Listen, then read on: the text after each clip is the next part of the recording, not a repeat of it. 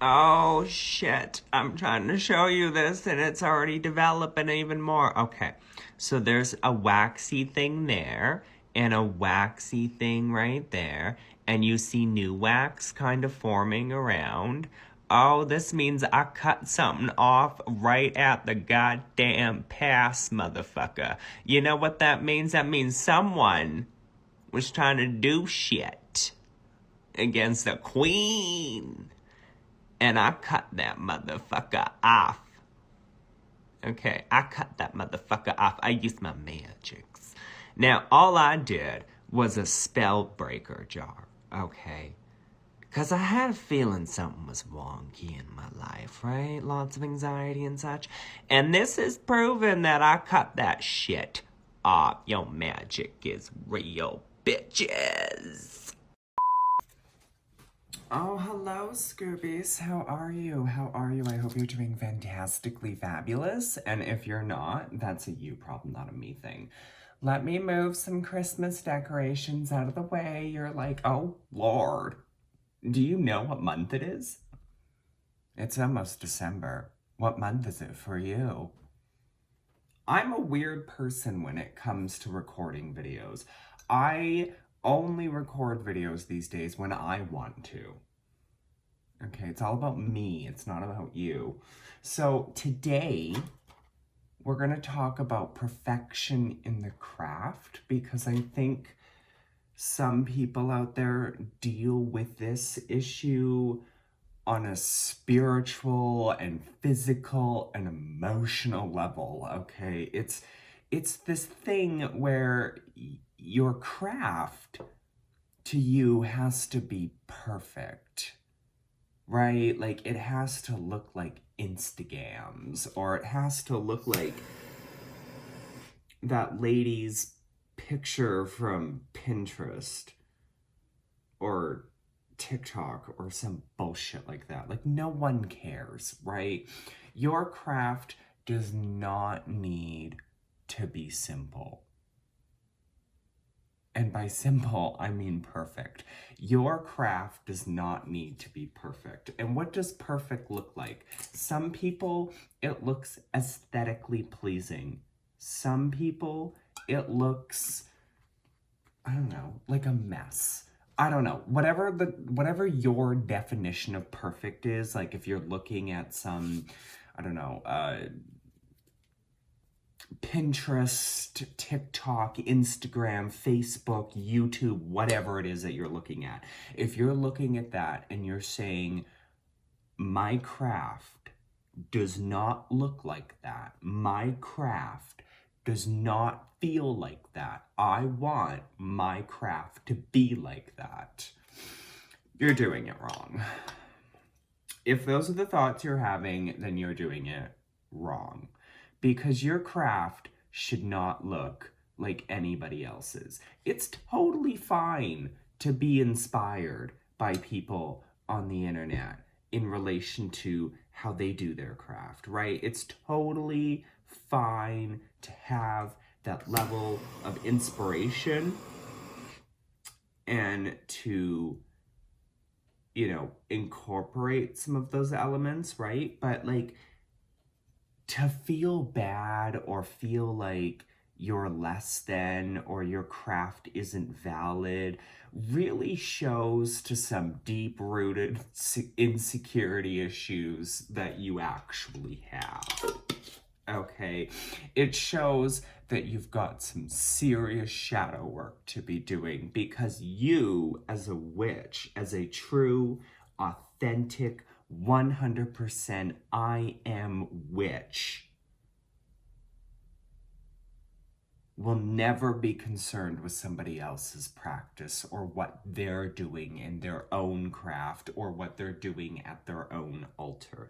You, as a witch who is fully confident, fully attuned, fully awoken, fully living their honest, true representation of what it means to be witch to them, will never worry about somebody else's craft or if their craft is less than. And there probably isn't a single witch out there who is completely 100% awoken and like uplifted and vibrationally awoken and like snaps their fingers and manifests anything and like 100% confident, 100% secure, 100% emotionally and mentally stable and completely involved in their craft in such a way where nothing can affect them at all.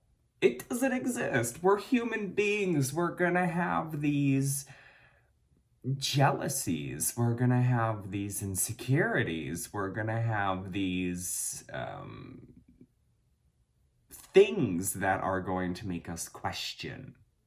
They're going to make us wonder, they're going to inspire us, they're going to despire us, they're going to, you know what I'm saying, right? So it's totally fine for you to look at somebody else's craft and think that's really pretty. My craft doesn't look that pretty, but it's also where you need to realize that your path is individual and unique.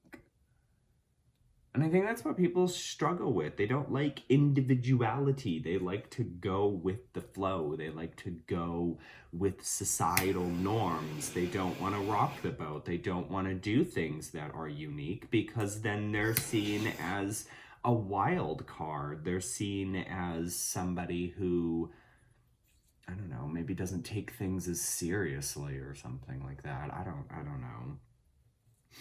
But that's kind of an issue that we live with, is that people want to follow other people down a specific path so that they fit in and they belong. And sometimes you just don't belong to that tribe of people. Okay? So we're just going to offer this up to the spirits.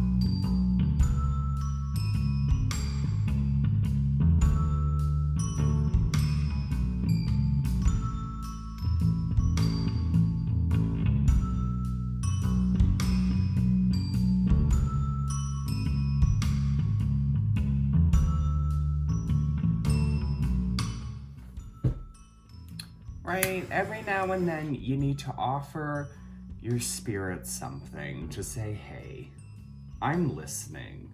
It might not seem like I'm listening, but I'm listening. I can hear you loud and clear. And maybe that makes me mentally unstable and all kinds of crazy, if you see my last video.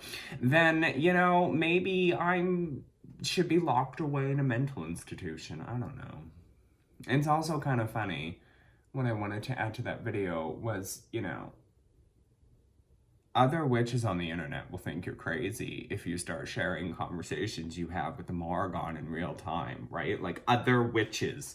This is the crazy part. Other witches on the internet will think you're batshit insane if you're sitting there on camera and you're like, okay, me and the spirits, we're gonna have a conversation, right? And it looks like you're just talking to yourself.